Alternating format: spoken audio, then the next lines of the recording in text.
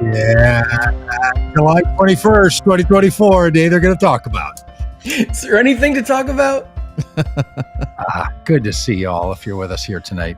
A couple of weeks ago, we tried an evening podcast reflecting on a presidential debate between a convict and the current president of the United States. The convict won.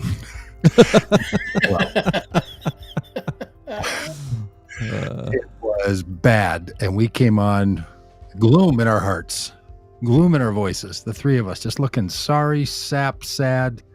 I mean, Dan wrote half an album that night of just sad songs. Not tonight, boys, not tonight. That's right. And I don't know if it's, I mean, in some ways we're celebrating, but in other ways, this is a dire situation for America that we're swapping out candidates just a few months before. Do you think that? Oh, I mean, it's definitely a move in the right direction. It would have been good to do this a year ago. Yeah, right. But we'll take what we can get, you know? It's like emergency heart surgery instead of scheduling something. Yeah. You need to rush the country to the hospital. I mean, European countries all the time dissolve parliament and call for elections that happen 6 weeks later. And, you know? We're special, Rob. This is the United States of America, like the Ohio State University. Yeah. Home Depot. We are special. We don't roll so like that. Did you guys hear that Donald Trump got shot? Hey, we haven't talked about that. Oh my goodness. I mean, it's not even clear who he was shooting at. We don't know. How could you know? This is for all the people that tell me that you don't know what happened on January 6th. You don't know why those people were attacking the Capitol. You couldn't know.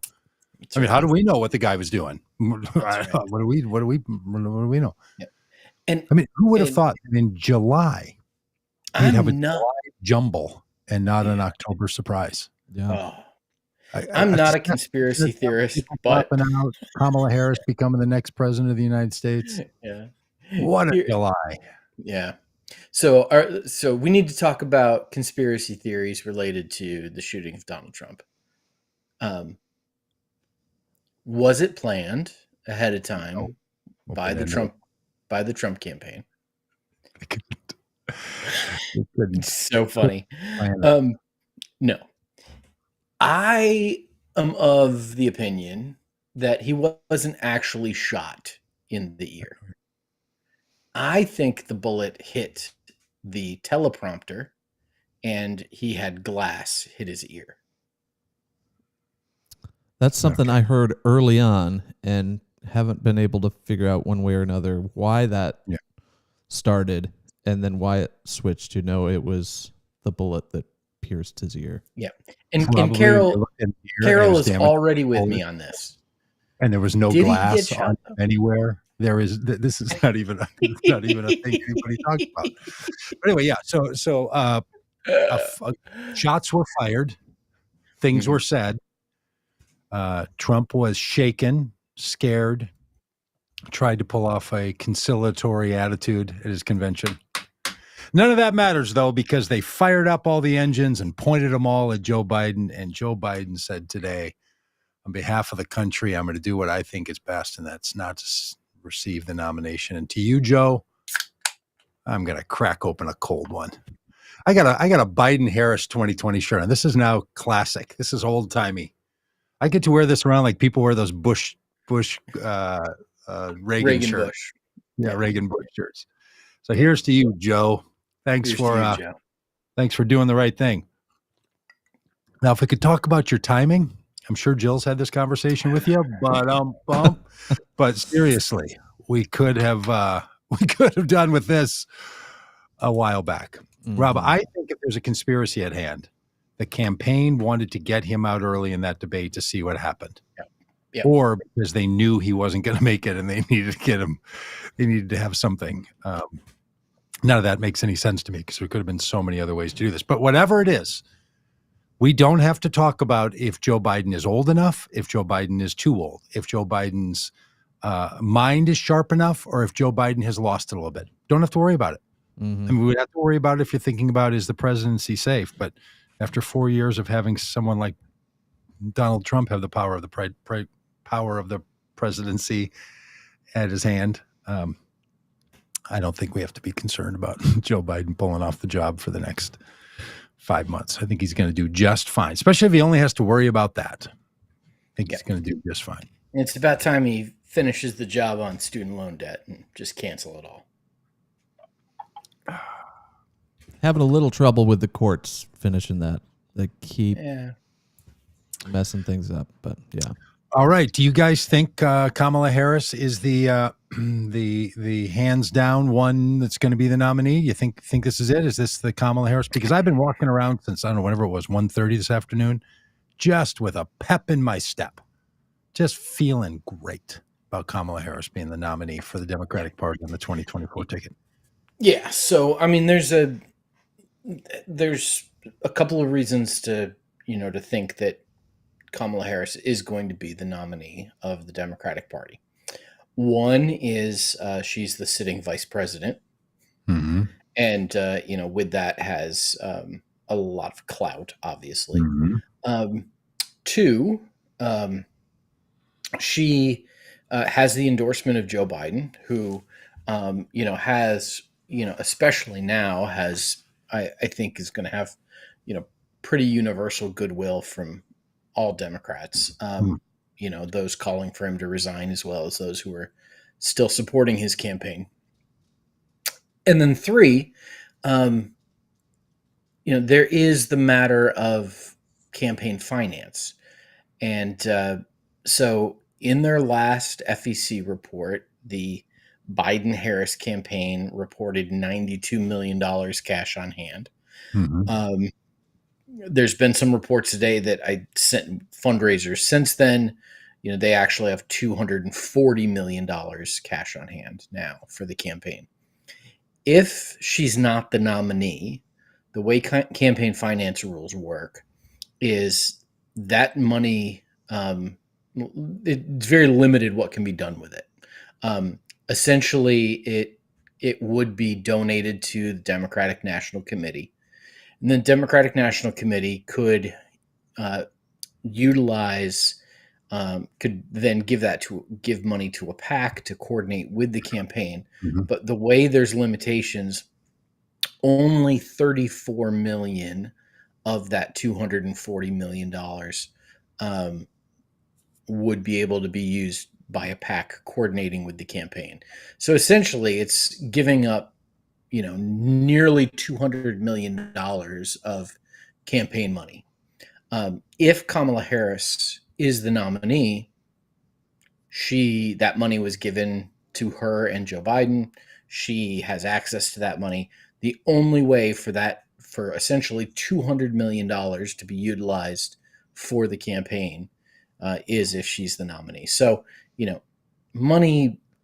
And I know there's people that say, oh, they'll raise more money. Yeah, but $200 million, like $200 million is a lot of money. But it doesn't go away. But $200 million doesn't go away. Most of the money spent in this campaign will be spent by PACs.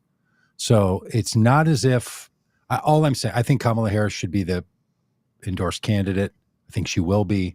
I think the least good reason is, well, they've got all this money and only she could use it. They can spread this money to all kinds of PACs. They can spend it before another candidate is. There's a lot of things they could do.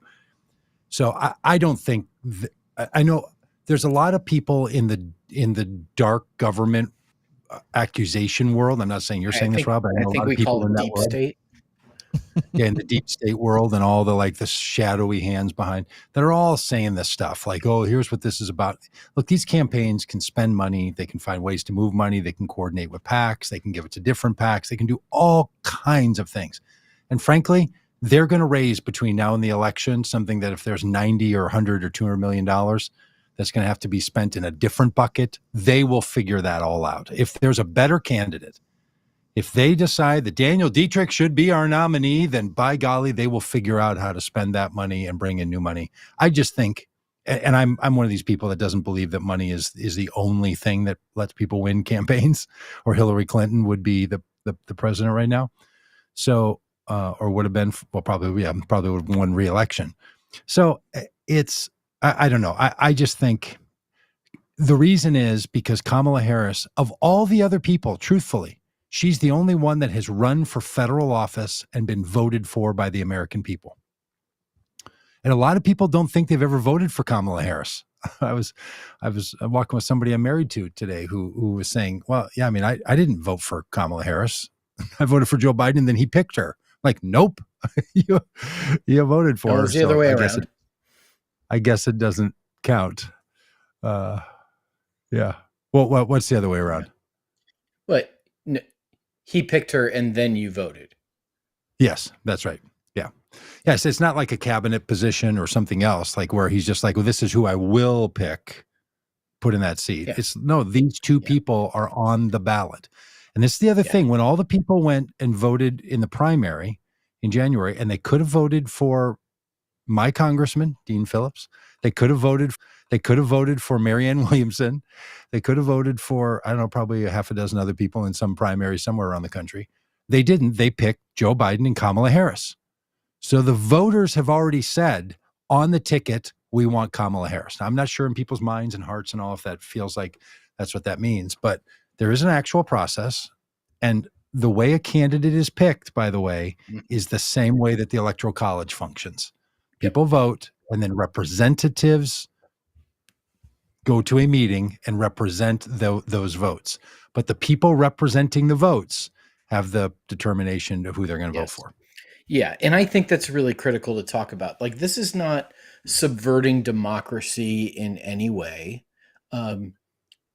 Every election, at some point before the conventions happen, we'll get all of these stories about quote unquote faithless electors.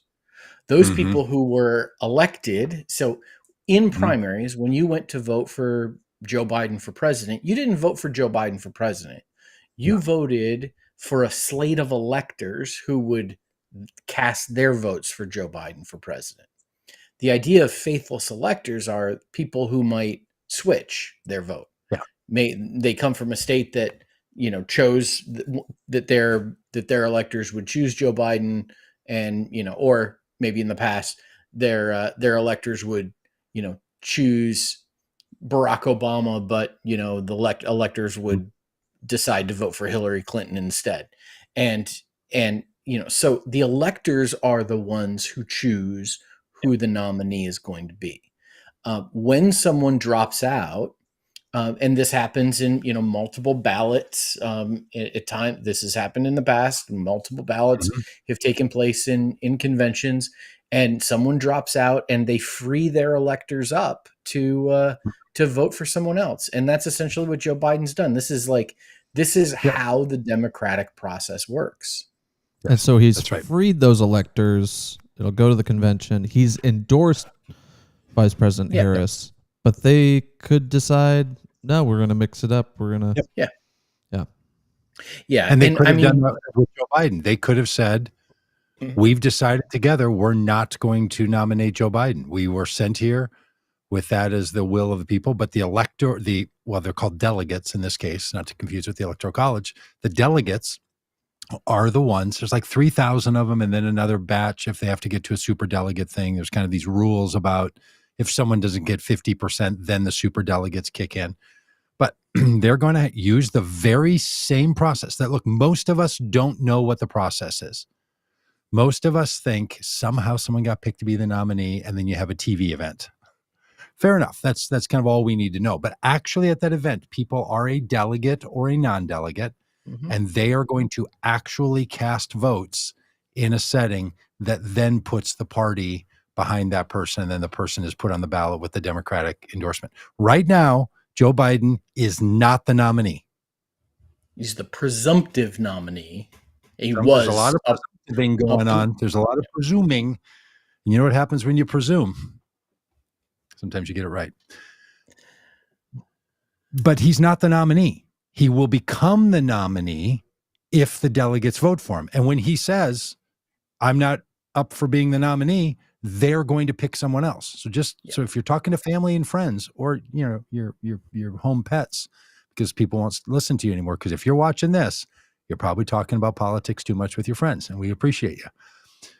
You can just explain to them, nothing funny is going on here. Barack Obama in 2008 secured the adequate number of committed delegates June 3rd. And it wasn't until like June 18th or 19th when a whole superdelegate battle thing was going on. So we're only like 1 month later than we were in 2008. There's plenty of time. And if you think, well, people knew who Barack Obama was, barely anyone knew who Barack Obama was in January of that year. More people know who Kamala Harris is because 84 million people voted for her. So she's in a better position to take over this party without losing any footing. Like, she is really in good shape. I think this is almost an ideal situation. She's taken no incoming critique. She's got 107 days. Less than 100 of that is the official nominee. And she's going to bring the party together. And all the people that don't want Donald Trump and are saying, because I have a lot of friends that say this, well, my problem is it's the same two guys. I get it. I say the same thing. Now they don't get to say that. So if you're still doing the problem is it's the same, then you just don't want to vote for a Democrat. So just admit it. Now, once you admit it, let's start working on that. Let's just consider just one time, vote for a Democrat for no other purpose than to keep the criminal from being the head of the Justice Department. Yeah. If you want another reason. Yeah. And, part of what the discussion will be, and I think why the president came out so strongly for Kamala Harris as he did today, and why others have done the same, from James Clyburn to Katie Porter to, Gretchen Whitmer, to a whole bunch of folks. A big part of this is about keeping anybody else from running against her. Anybody could throw their hat. I mean, Marianne Williamson still has her hat in the ring again. And people can throw their hat in the ring and say, hey, I want to be the nominee. Doug, are you throwing your hat in the big announcement tonight? Yeah. Breaking news. Delegates that pick Doug says, I'd like to give those delegates to Kamala Harris. Yeah. And so, there's this fear about like, oh, well, we don't want a coronation, which, come on. I'm not, that argument from Democrats, they're doing the hand wringing doesn't really resonate with me. But what Kamala is trying to do right now is to consolidate her support and keep anybody out of the race from challenging her, like unifying the party. And you do that by making sure there's nobody else. Now, CNN had a poll earlier today from New Hampshire of registered Democrats, and if Joe Biden, is not the nominee, who do you want? Kamala Harris had 50% of the vote, and second place was Pete Buttigieg with 14%. Then Gretchen Whitmer was 7%, and Gavin Newsom was 6%. I'm sorry, that's a landslide victory in a primary. Yeah. Kamala Harris is going to be the nominee, regardless of what, so is it going, I have said all along that I thought Gavin Newsom was going to be the nominee. Me too. Now I, don't believe that. Got part of my prediction correct. Gretchen Whitmer's already endorsed Kamala Harris. What's that?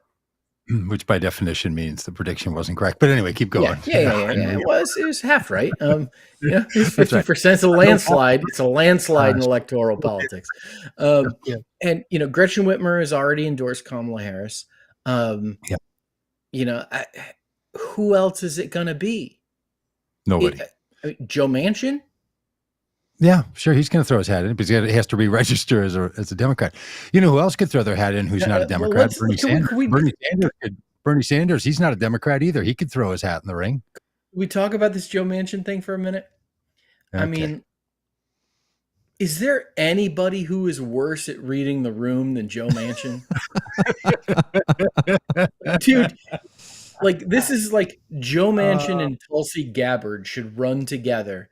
How many votes do you think they would get at the Democratic convention to be the nominee for president, vice president? Because I'm thinking 0 is the number. Yeah. I mean, this guy opposed the president's agenda over and over, has made things so difficult over the last 4 years, almost 4 years for Joe Biden, consistently sided with Republicans time and time again. And now he's thinking, you know what Democrats want?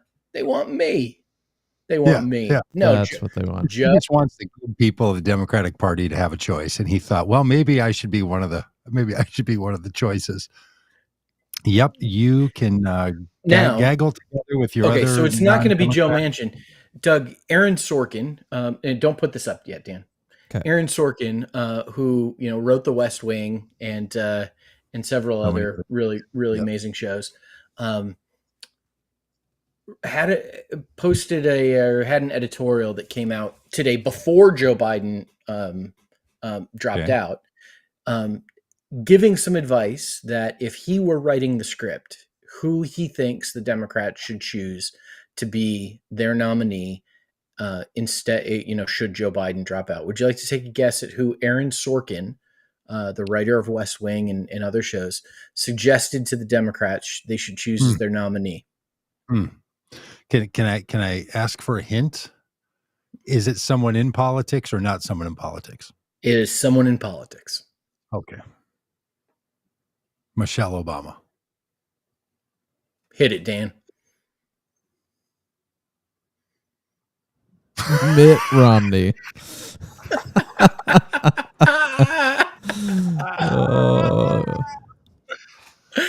Maybe vice president. Isn't there a storyline in there in the West Wing where a candidate picks a Republican vice president or something? It seems like a Sorkin thing to do. Justice nominees, I think, is what it is. Yeah, something like that. Yeah, look, Mitt Romney. All right. Listen, if the choice was Mitt Romney or Joe Manchin, I would choose Mitt Romney. Pretty all cute. day, yeah. It's a pretty cute play. And if the choice is Mitt Romney or Donald Trump, it's obvious. But we don't have to choose that. It's going to be Kamala Harris. Is there any chance it's not Kamala Harris? No. But they're going to have. I'll say there is a chance because up to this point, Democrats have shown that they're not very good at any of this. So they're great at we've got a clear path to victory. Let's not do that. So a lot of the talk today has been about how Barack Obama has not endorsed Kamala Harris, and his statement of support for Joe Biden really kind of it was conspicuous that she was left out of that. Do you think that Barack Obama is pulling strings behind the scenes and he is not endorsing Vice President Harris because he knows something we don't? No, I think he's playing the game of he knows the weight of his endorsement, and what he wants to say is let's let the process work for a bit and then I'll put my word in. He doesn't need to be someone who's in early. It would be. That's my take too. Yeah, it would just seem too heavy of a push. I think they've all decided that. Look, there's not even a decision to be made here. I mean, some people haven't been thinking about this the way we have, but over the last week we've been driving around the country from Minnesota to North Carolina to Wisconsin, and then for me back here and Dan back to Michigan. So we've had a lot of time to talk about this, and we were scenario planning. And I converted during that ride to believing why Kamala Harris is not only the inevitable, but by far the best candidate. I think there's just no question that she is the right one. She keeps continuity. She gets to say about the administration anything she thinks is positive.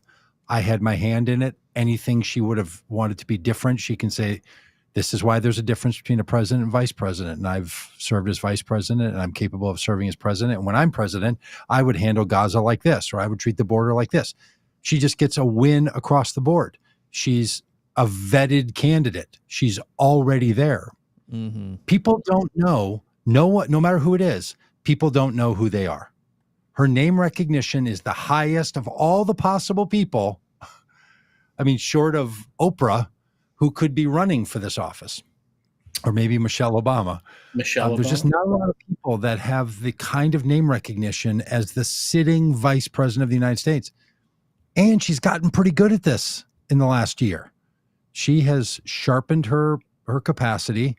And I think the Biden administration has not used her well. I wish she was out a lot more. I wish that we all saw a whole lot more of Kamala Harris, but we will now.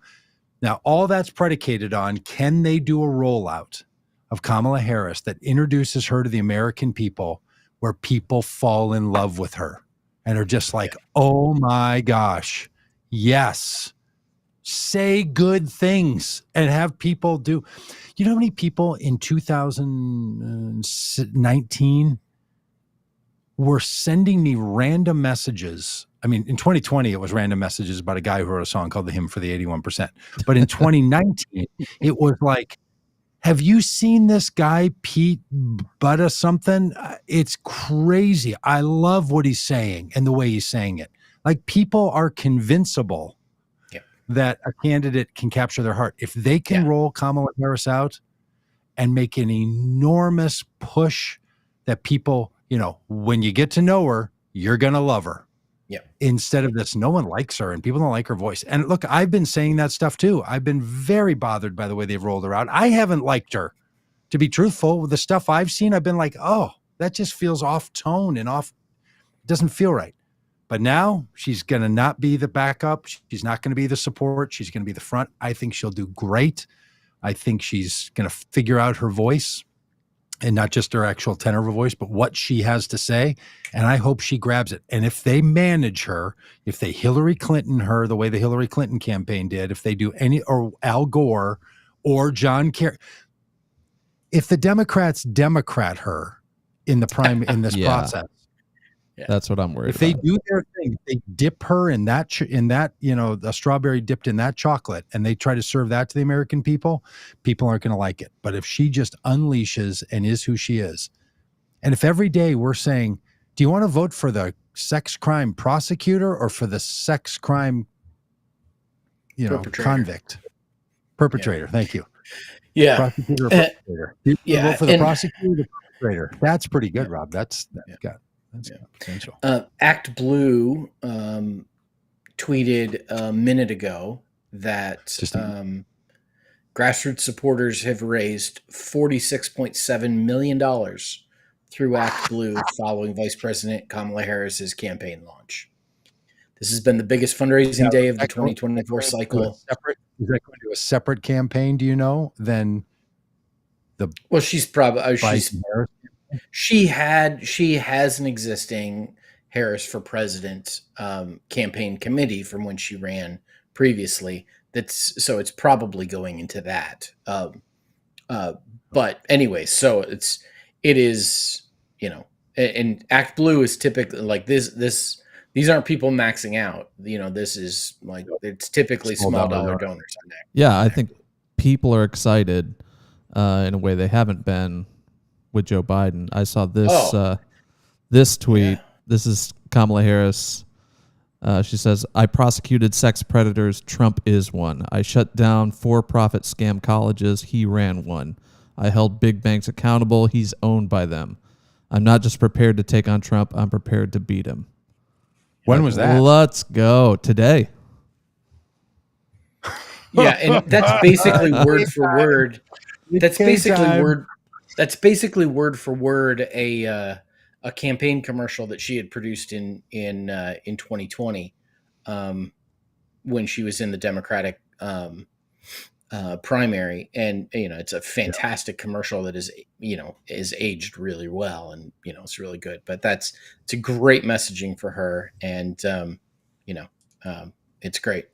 That may have actually been a retweet from 2020. That really might have been, yeah. because you evergreen. Could that it's evergreen. Yeah. I was the duly elected candidate. He ran an insurrection against me. Like you just keep the hits coming with this guy. Mm-hmm. Look, I think the Trump campaign is freaked out. They were already afraid of women and abortion. This was a problem for them. Yes. Now they have a woman candidate again. And I think they are really nervous that the American people are going to go from, oh, it's the same two guys again, to, oh, it's not the same two guys again. That picks you up some number. She may lose others because of other gender and racial biases in our country. But I think she's going to pick up a bunch of people that are like, hey, look, things are, I mean, my 401k is doing great. I have no other concerns. I have felt like, and I tried to say this in a way to Shelley today, and she just said, I have no idea what you're saying. So I thought I'd try it on you too. And the good people willing to listen to this.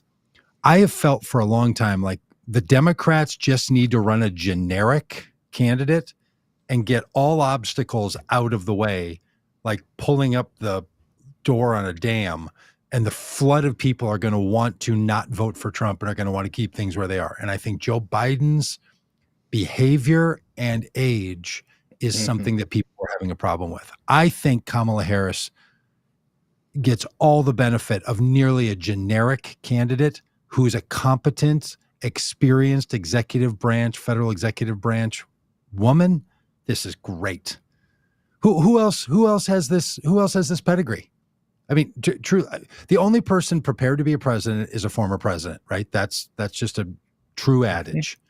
Yes. So short of that, and Donald Trump was one, so he's more qualified on history, on previous work experience. Donald Trump has a leg up. But on can you do the job? She has totally proven that she understands what the job is, and I think could complete it. So when people are like, she's a lightweight, she doesn't know, it's like, okay, all that stuff, man, is it, no offense here, Rob, to your current place of residency, but isn't being the vice president closer to understanding what the job is like than being the governor of Arkansas in the 80s?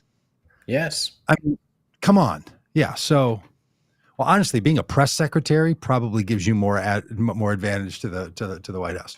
So I think Kamala Harris is just going to be great, and I'm with her. I already ordered my shirt today. I don't know if you guys went online and found somewhere where they're selling just a Kamala 2024 shirt, but I've got one on the way and a sticker. You know, I'm probably paying somebody that's selling shirts on both sides, but I didn't care. It was just the easiest one to get. It was only $16. Did you get it from Sticker Mule or somewhere else? I'm not ordering anything more from Sticker Mule, man. All right, so let's order from Sticker Mule. Yeah, seriously. In fact, I'm going to write them an email and tell me to take them off their database.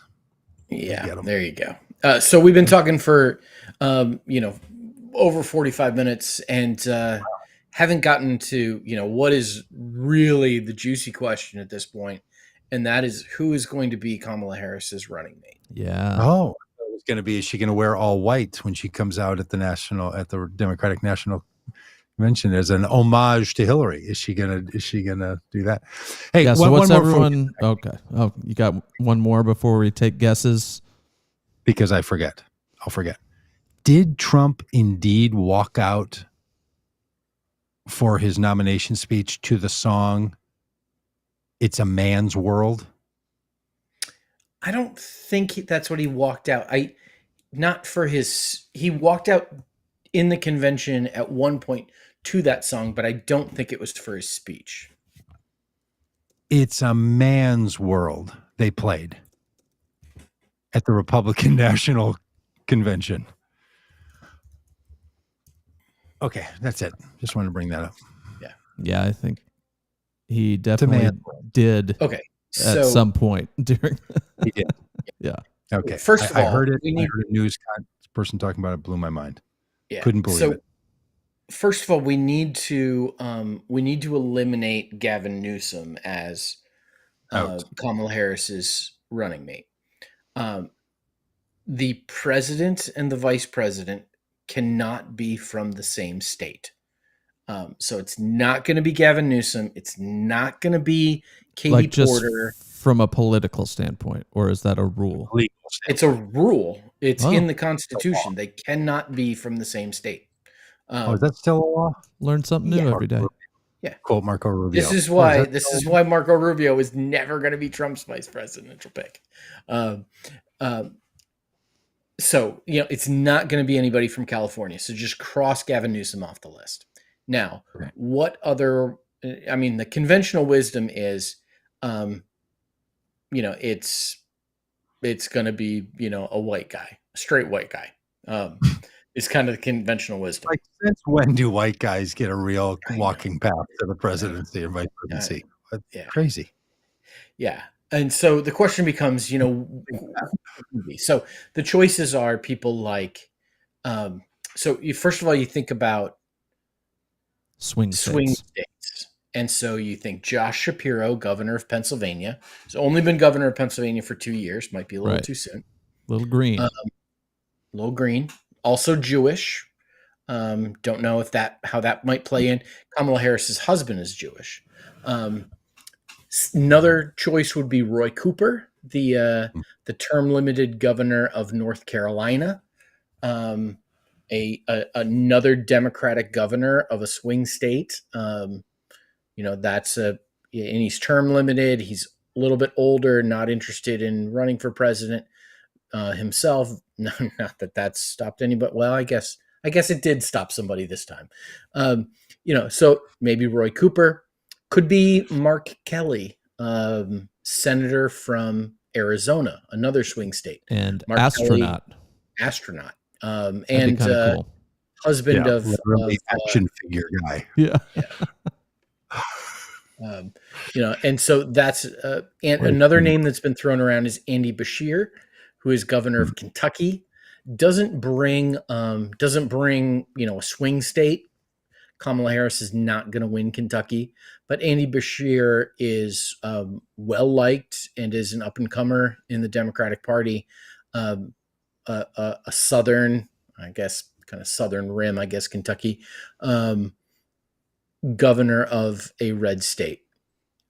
Now, a couple other names that have been thrown around are Pete Buttigieg, the Secretary of Transportation, and my former mayor. So I've got but that's not all he's done. He was also a mayor.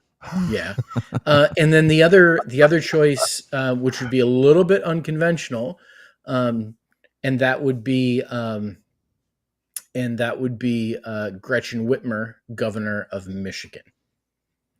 Yep, very popular governor of a swing state, but it basically would be daring America not to be sexist.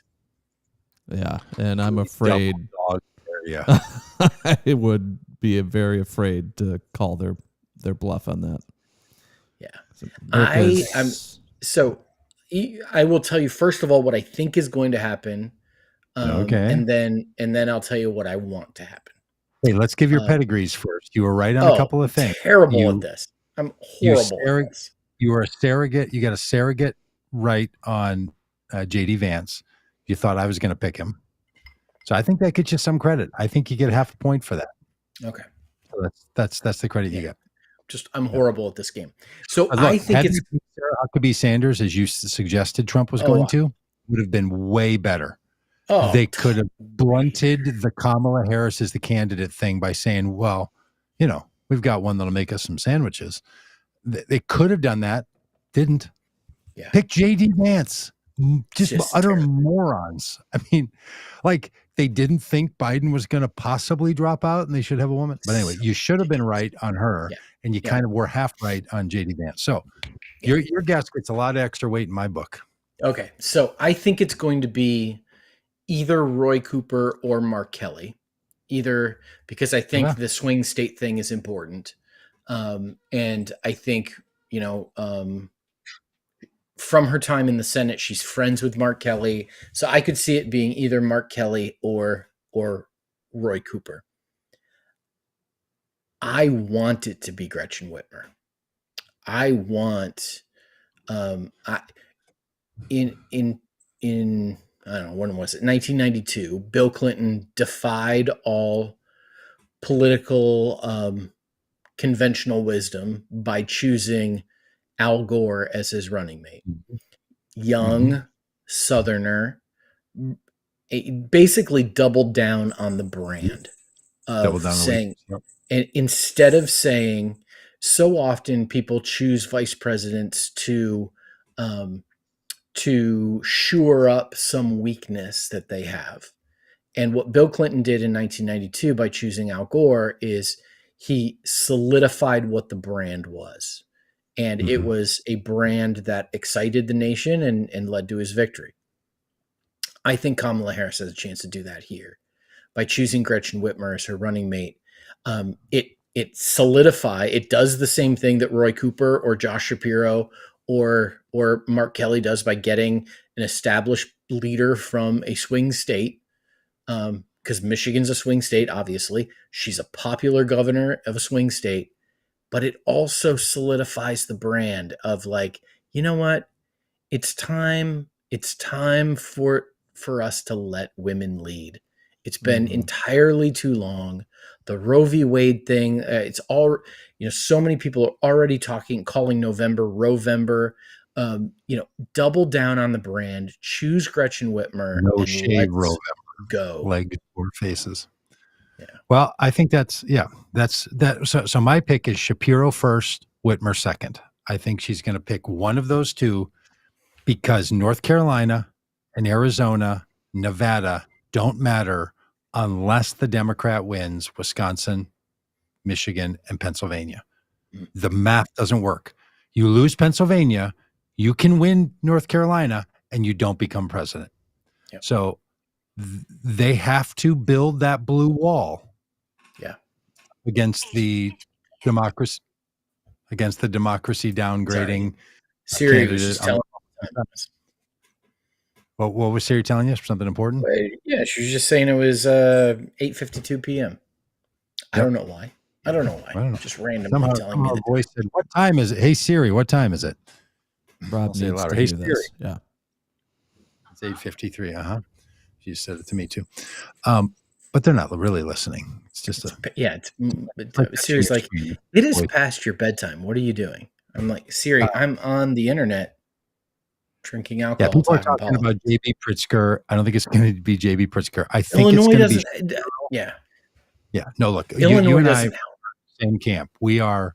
The only value to a vice president is, does it bring you a constituency, AKA, not also known as, an example being gravitas for George W. Bush. Yep. Or that was Dick Cheney choosing himself. Bill Clinton doubling down on the brand and also trying to shore up his lack of morality that people thought by bringing in Al Gore, who a lot of people don't remember was a very straight fella. And his wife, Tipper Gore, was the one pushing for there to be NC-17 categories and to have warning labels on record albums for the kids. Yep. So there was a lot of things going on. You pick a vice president to shore up a constituency, Trump with Pence, or to win that state, because the effect of a vice president goes about as far as the state that they're from. You'll get. We just lost your camera. Yeah, we lost you. Go ahead. Try to stop me. Can you still hear me though? Oh, yeah. Wow. Try to stop me. All right, Doug, figure out your camera situation. Dan, what's your take on the VP situation? Yeah, I can still talk. No. Hey, I'm going to mute you too. I'm going to turn off your mic. Oh, I would love to see Gretchen Whitmer or Pete Buttigieg as VP. I know Pete doesn't bring a state. He lives in Michigan technically, but that doesn't do anything. But the way he can, hop on Fox News and sound like the only adult in the room and not speak down to people, I think goes a really long way. If you're trying to move any voters, out of the Trump camp, maybe they're, former Nikki Haley supporters, never Trumpers, and a guy like Pete can come on Fox News and talk really rationally and clearly about why these policies are actually better for America, I think that goes a really long way. Yeah. But I love Gretchen Whitmer as well. Yeah. Now, you might be asking yourself, oh, okay, what constituency, what does J.D. Vance bring? And out there we go. There's Doug back. I'll tell you the constituency that J.D. Vance brings to Trump. It's not Ohio, because Ohio's not in play. Like, here's the constituency J.D. Vance brings. J.D. Vance brings young tech entrepreneurs, the tech billionaires. Yeah. That's who J.D. Vance brings. The Peter Thiels, the Elon Musk. He appeals to those kinds of people, and the libertarian Silicon Valley folks, and Silicon Club, and who in the past have been more progressive, but there's been movement in that group. Zuckerberg, Elon Musk, Peter Thiel, all of those folks. J.D. Vance is very appealing to them, and that is why.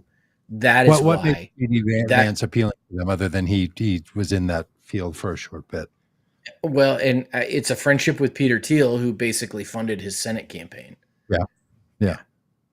It's the bro thing, and that he says all the horrible stuff.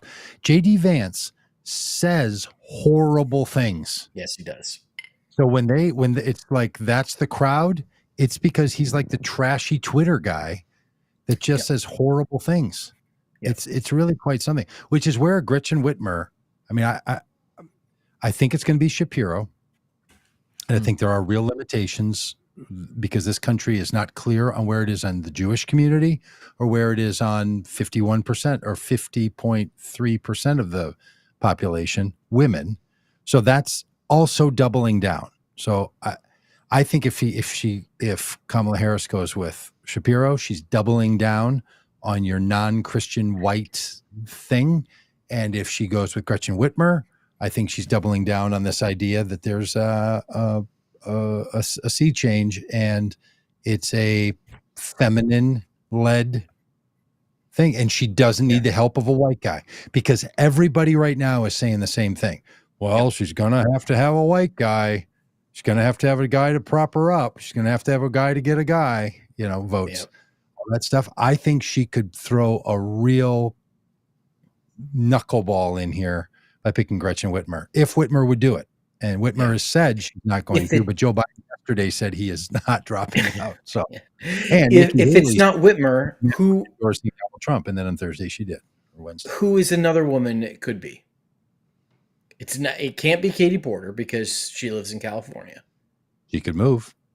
But she's not running for Congress again. She could move back to Iowa, hometown, or Nebraska. It's not going to be Katie Porter. Look, I think the only Katie Hobbs is the other one, who's a governor of Arizona, first term governor. I think won, in a recent election. So, but I don't think Katie Hobbs is beloved broadly in Arizona that would give you Arizona. And again, I'm basing this on the vote common good and Axelrod view, which is nothing matters if you don't win Wisconsin, Michigan, Pennsylvania. If you win those three and you keep all the other, we got them in our column, including Nevada, you got it. And maybe that one district in Nebraska. So I think it's got to be Shapiro or Whitmer. If it's a play for the base, because I don't think it's Tony Evers in Wisconsin, a governor. Hey, here's the other thing when you think about it: the states that we think are most important: North Carolina, Georgia, Pennsylvania, Wisconsin, Michigan, Arizona, maybe Nevada. I don't know who the governor of Nevada is. Probably ask. Hey Siri, who's the governor of Nevada? Joe Lombardo is the governor of Nevada. Hey Siri, is Joe Lombardo a Democrat? I don't even know who Joe Lombardo is. The answer I found is Republican Party. Yeah, okay. So not him, but all the other ones outside of Nevada. So Wisconsin, Michigan, Pennsylvania, North Carolina, Georgia, Arizona, all have Democrat governors. those are the swing states. These are states that statewide in recent elections have voted for Democrats. All the Democrats have to do is win the places where they're supposed to win. So you pick two women that feel competent and exciting, and you lock up Michigan, or you pick Shapiro and you lock up Pennsylvania. And man, the political foot is across the line. And so I think it's Shapiro. I think ultimately that's going to be the pick. And I think people aren't going to care how long he's been governor. I don't think people even know stuff like that. I think people, I don't know. But do you think there would be any bounce back where people would be like, we don't want to lose our old boy, so we're not going to vote for him for vice president because we want to keep him as the governor? I think they love him so much they let him go. Yeah. Okay. Then if it's, I go back to my question. If it's a woman and not Gretchen Whitmer, who is it? Oh my goodness! Siri just told me the time again. Siri's I don't know what is happening. It's not Siri, I can tell you that. Yeah, seriously. Is it Elizabeth Warren? Be president or vice president. Elizabeth Warren. Interesting. I think there is I haven't thought about in a while. Yeah, remember she was supposed to be president a while back.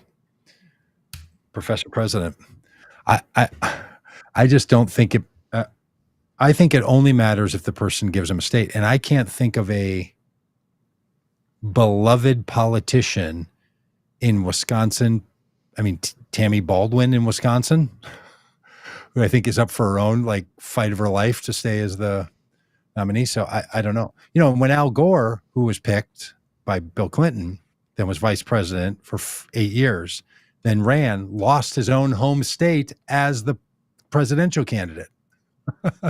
Things changed in Tennessee. If he had won his home state, he would have been president. That would have been that. We never would have heard the phrase "hanging chads."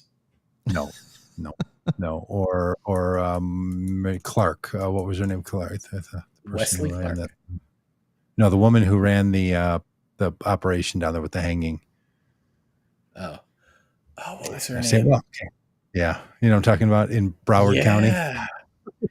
Yeah, hey, she was like Plumber Joe. She burst onto the scene and then disappeared. Or that person in Texas who did that, the state legislative woman. Well, look, I think this is great news. I think she was blonde hair and she lost, but she did something really great, something heroic. Oh yeah. Look, we've turned a page in this country. Joe Biden making a stunning decision to him because people hadn't told him that he had said, no, it's just an old person joke. I should stop with the old people jokes. He did a very brave thing to say, I will not seek, nor will I accept. He didn't say exactly that, so it's not quite as lyrical as when Lyndon Johnson said he wasn't going to run. But this is a big deal. And you can say he should have said it a year ago if you want to be like that, because I do. And I do want to be like that. Yeah, I'll say it all day. Very much want to be like that. I'm going to continue to be like that for a very, very long time. And we should have had an entire process, but we don't. Instead, we're going to have a truncated process. But the person we're going to end up with is the current vice president of the United States. And she will be sworn in on the 21st of January, 2025, as the next president of the United States. If everyone gets out and does their part.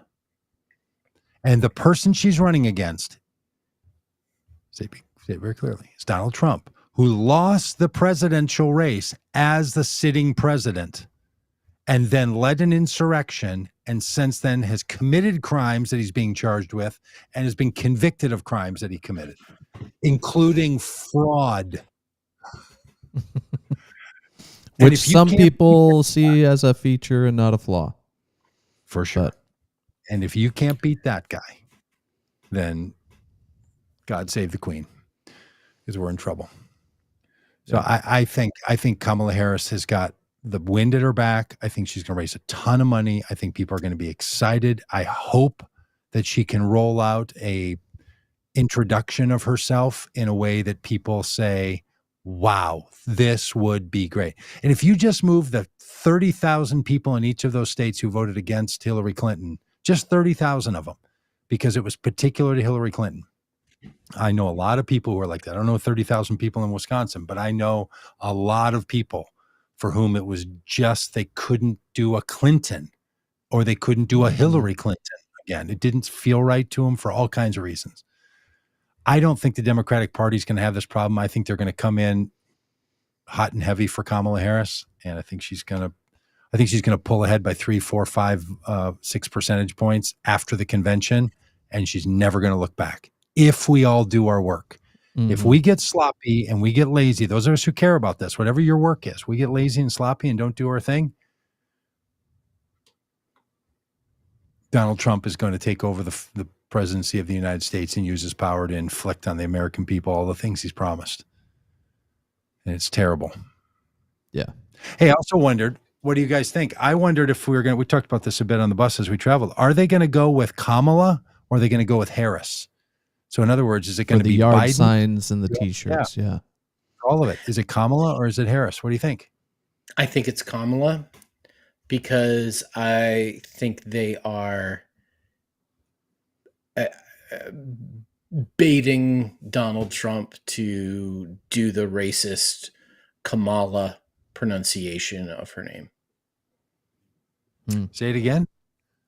I think they want Donald Trump to do the racist Kamala pronunciation of her name. And for people who might not remember, people who might not remember, back in the 80s, there was a professional wrestler named Kamala the Ugandan Giant, who was a large black man, and it was a stereotypical racist depiction. And so they're like calling her Kamala is a racist reference to that. And I think they're just begging him for that. A pretty niche racist reference, but yes. That's a deep cut. That is a deep cut. That's why I'm here. Fans of professional wrestling probably know what he's doing. Interjecting about professional wrestlers for a second, though, Rob, he is a WWE Hall of Famer. Okay, good for him. Rob, I was curious, and we were talking about this on the bus, how you felt about the RNC when Hulk Hogan came out. Did you watch this? Feel about that? And he rips off his shirt, revealing a Trump shirt underneath, and just did the whole bit. Hulk Hogan. There's a couple things with Hulk Hogan. One is he's a horrible human being. Is he? Oh yeah. On tape, saying the N-word multiple times, while having an affair with his best friend's wife. He is. He is Donald likes him. Yeah. Oh yeah, totally. A known liar who has recently been doing the 700 Club tour and was recently baptized, and he's a baby Christian now. He's a horrible person, and praise be. Basically Hulk Hogan being there, to endorse and speak at the RNC. Two things. One is, we're one step closer to idiocracy, where the president of the United States is a professional wrestler. And two, it really made me miss Randy Macho Man Savage. Yeah. Well, Kamala Harris is just going to fire up the people. And I can't wait for the next debate. Oh, it's going to be amazing. Trump is not going to do it. He's not going to want it to be. He's going to be scared. Yeah. I think he posted on Truth Social earlier that the agreement that he had with Biden was to do the debate on ABC, but now that Biden's out, the agreement is null and void, and he will only debate if it's on Fox News. Part of the deal. Well, Matthew Luby, thank you. Catherine Harris was the name that was rolling around in my head. How would I have forgotten the Broward County person. And thanks to all of you. Carol, thanks for being in the chat. Alex, Peggy, Edward, Hey, Edward, we got to get this. We got to get this event scheduled. By the way, I'm going to be in touch with you this week. We got a little plan for getting ourselves down there. So we had to cancel our last event. We're going to an event, Christian training event with Edward. I had to Father cancel it. Bruce. Father Bruce. Emily. Yeah. Is there Father Bruce? Are you a priest? Catholic priest? Hopefully. And thanks, Candace. Him for the 81% is a song more people need to hear. Yeah, they do. Candace, thank you. Post that on your socials where you have it. Dan wrote the song called "Him for the 81%." Dan, will you put that down in the description? Maria. Will you put a link? Hey, we appreciate all of you being up with us late.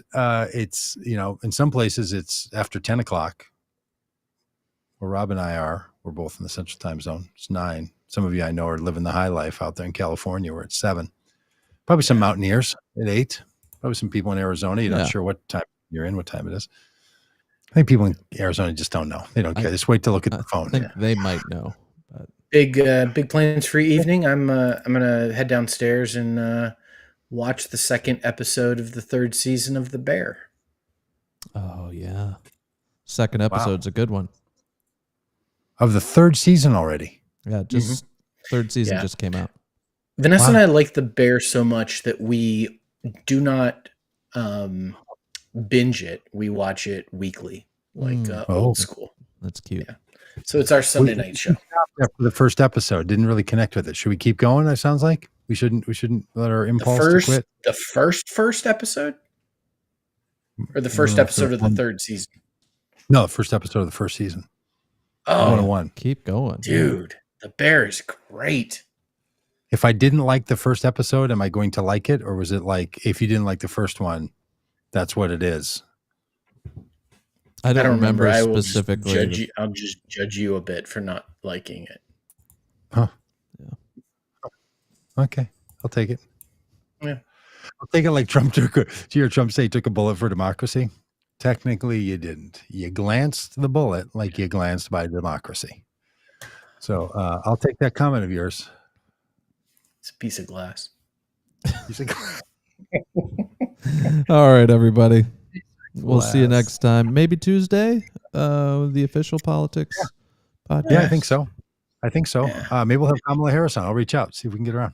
Yeah, reach out to her. I think every podcast we should start with, hey, we sent the link. She might pop in. Honestly, I think that should become a running bit. What's it going to take to get her on here and just do a thing? That would be fun. Yep. All right. You can make a graphic and she's in it. And it's just like a picture. Just waiting for her to log in. If you need the link, we'll send it again. Phone lines are open. Phone lines are open. Hey, Kamala, if you're watching, use the Chrome browser if you feel like you're not able to get it. All right. All right. Bye, everybody.